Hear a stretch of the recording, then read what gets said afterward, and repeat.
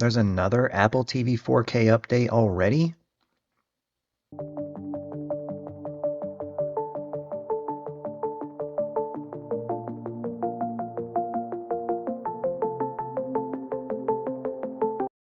Welcome into the video, welcome into the channel. Hope everyone's doing well out there. And in today's video, I'm excited because I get to do another video here with the 77-inch LG C2. And yeah, I know it's not the star of this video, but I just really like this display. You know, it's been a great display the last couple of years of ownership, but I'm just happy I get to do some content here that involves the good old C2 here. But that's not going to be the topic for the video. The topic for the video is going to be a shocking one, and here's why. It's going to be about another Apple tvOS update, just about a week removed from the last tvOS update. And it took them months and months to go from tvOS 17.4 to tvOS 17.5, which if you haven't checked out my video for 17.5, I'll card it in or drop it in the description. But just a week, maybe 2 weeks later, something like that, we have another tvOS update here available to install on our Apple TV 4K devices. The fact that this update came so quickly after 17.5 makes me wonder what in the hell they actually added here. So let's go ahead and get started here. Let me get out of the beautiful screensaver here. This might be my favorite feature of the Apple TV 4K devices, by the way. If you don't have one and you have an OLED TV and you're concerned about things like burn-in, having this sort of screensaver come up is pretty damn cool in my opinion. But anyway, enough of all that. Let's hit the home button. Now we're back here at the home screen. Let's go to settings. Let's find our way down to system.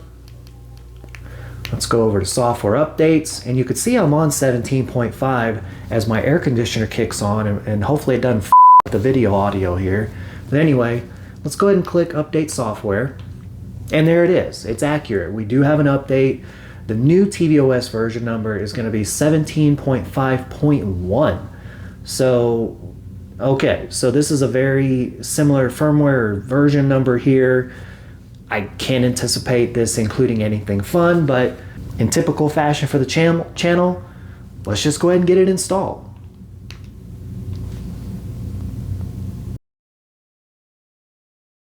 All right, now this is a different part of the process here. Normally, once I start the install, it goes to that dark screen with the Apple logo and a progress bar, which is the same one that I normally warn you if you have an OLED TV to go ahead and turn down the brightness settings if you're afraid of stuff like burn-in.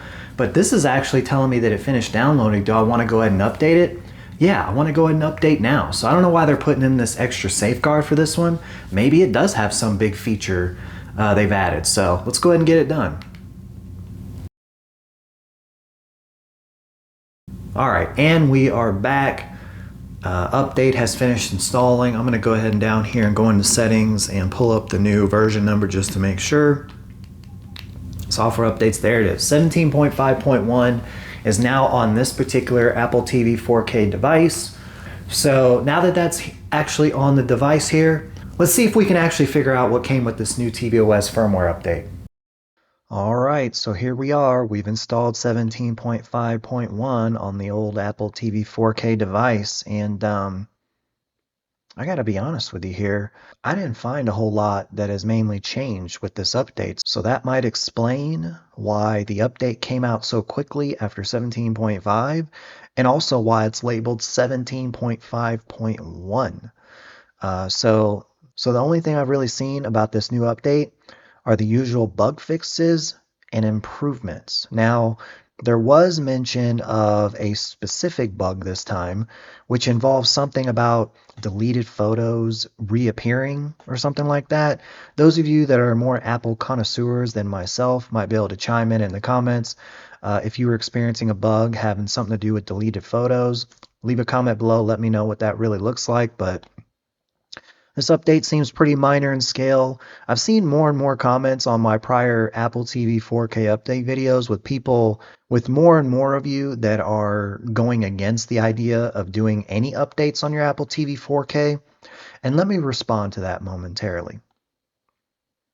I agree. If there's nothing wrong with whatever version number you're on and the primary apps you're using are functioning well, and you don't really experience any issues, I don't really see the motivation in doing some of these firmware updates. I find motivation in am I experiencing a lot of bugs that are really impacting my personal experience? Then I'm motivated to do an update.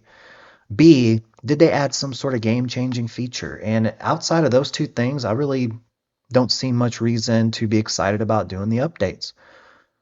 Of course, I do the updates because that's what I do on this channel, but I'm talking if I was just an everyday consumer that wasn't doing this channel, I wouldn't have much motivation at all, especially on top of the fact that I don't even know when the firmware updates are available because the little automatically update firmware on or whatever it's called never works. So much so to the point that I've actually checked it off of my devices thinking maybe it'll work on opposite day, but it never works. So if I didn't do this YouTube channel and do these sort of videos, I'd really see no reason to do these updates at all. So think of that as my way of saying, if you don't really care about this deleted images bug or whatever that they specify, or if you're not really having any issues and you're on 17.4 or some version before that, just stick to whatever you're on.